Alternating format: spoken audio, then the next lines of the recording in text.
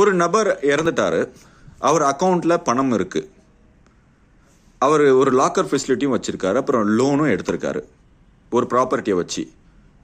இப்போ அந்த லோனை நான் ஃபுல்லாக கட்டி முடிச்சிட்டேன், அந்த ப்ராப்பர்ட்டியை எடுக்கணும், இல்லைனா அவரோட லாக்கரில் இருக்க பொருளை நான் எடுக்கணும், இல்லைனா அந்த சேவிங்ஸ் அக்கௌண்ட்டில் இருக்க பணத்தை வந்து நான் எடுக்கணும். என்ன ப்ரொசீஜர்?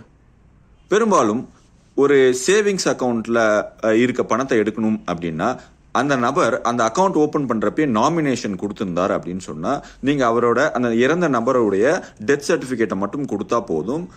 அவங்க ஒரு சின்ன ஃபார்மில் சைன் வாங்கிட்டு நாமினிக்கு எல்லா பணத்தையும் அனுப்பிடுவாங்க. இது ஒரு ப்ரொசீஜர். ஒருவேளை நாமினேஷன் கொடுக்கலன்னா என்ன ஆகும் அப்படின்னு சொன்னால் அந்த அக்கௌண்ட்டில் இருக்க பணம் எல்லா லீகல் ஹையர்ஸுக்கும், அதாவது இறந்தவருடைய எல்லா லீகல் ஹையர்ஸுக்கும் சொந்தம். ஸோ அந்த பர்சன் இறந்த உடனே நீங்கள் டெத் சர்டிஃபிகேட் எடுத்துகிட்டு போகணும், அப்புறம் லீகல் ஹையர் சர்டிஃபிகேட் எடுத்துகிட்டு போனீங்கன்னா அந்த அக்கௌண்ட்டில் இருக்க பணத்தை கொஞ்சம் டாக்குமெண்டேஷனுக்கு அப்புறம் மோஸ்ட்டாக இன்டெம்னிட்டி கேட்பாங்க, அதுக்கப்புறம் ஒரு அஃபிடவிட் கேட்பாங்க, 2 விட்னஸ் சிக்னேச்சர்ஸ் கேட்பாங்க. இந்த 3மே முடிச்சிட்டிங்க அப்படின்னு சொன்னால் அந்த அக்கௌண்ட்டுக்கே ட்ரான்ஸ்ஃபர் பண்ணிடுவாங்க. லாக்கருக்கும் அதே ஃபெசிலிட்டி தான். பட் நான் லோனை க்ளோஸ் பண்ணிட்டேன், இந்த டாக்குமெண்ட்டை எப்படி வாங்கணும் அப்படிங்கிறப்ப தான் ஒரு சின்ன சிக்கல் வருது. செட்டில்மெண்ட் ஆஃப் கிளைம்ஸ் வருது.